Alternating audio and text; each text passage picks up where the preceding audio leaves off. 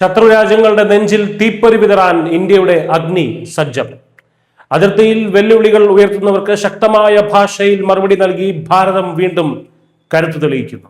ആണവായുധങ്ങൾ വഹിക്കാൻ ശേഷിയുള്ള മധ്യദൂര ബാലിസ്റ്റിക് മിസൈലായ അഗ്നി 3 പരീക്ഷണം വിജയകരമായി പൂർത്തിയാക്കിയിരിക്കുകയാണ്. ഒഡീഷയിലെ ചാന്ദിപൂർ ടെസ്റ്റ് റേഞ്ചിൽ നിന്ന് കുതിച്ചുയർന്ന മിസൈൽ നിശ്ചയ ലക്ഷ്യത്തിൽ കൃത്യമായി പതിച്ചതായി പ്രതിരോധ മന്ത്രാലയം സ്ഥിരീകരിച്ചു. രാജ്യസുരക്ഷയുടെ കാര്യത്തിൽ യാതൊരു വിട്ടുവീഴ്ചയുമില്ലെന്ന നരേന്ദ്രമോദി സർക്കാരിന്റെ ഉരുക്ക് നയത്തിനുള്ള അംഗീകാരം കൂടിയാണ് ഈ വിജയം. സൈനിക മേഖലയിൽ സ്വയം പര്യാപ്തത കൈവരിക്കാനുള്ള ഇന്ത്യയുടെ കുതിപ്പിന് വേഗം കൂട്ടുന്നതാണ് ഈ പരീക്ഷണം.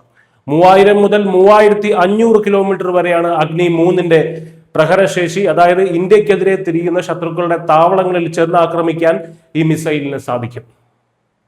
50 ടൺ ഭാരമുള്ള മിസൈലിന് 1.5 ടണ്ണോളം ഭാരമുള്ള ആണവായുധം വരെ വഹിക്കാനുള്ള ശേഷിയുണ്ട്. ഏത് കാലാവസ്ഥയിലും ഉപയോഗിക്കാനാകും എന്നത് ഇതിന്റെ മാറ്റ് കൂട്ടുന്നു. ഇന്ത്യയുടെ അഭിമാനമായ അഗ്നി മിസൈൽ പരമ്പരയിലെ നിർണായക കണ്ണിയാണ്.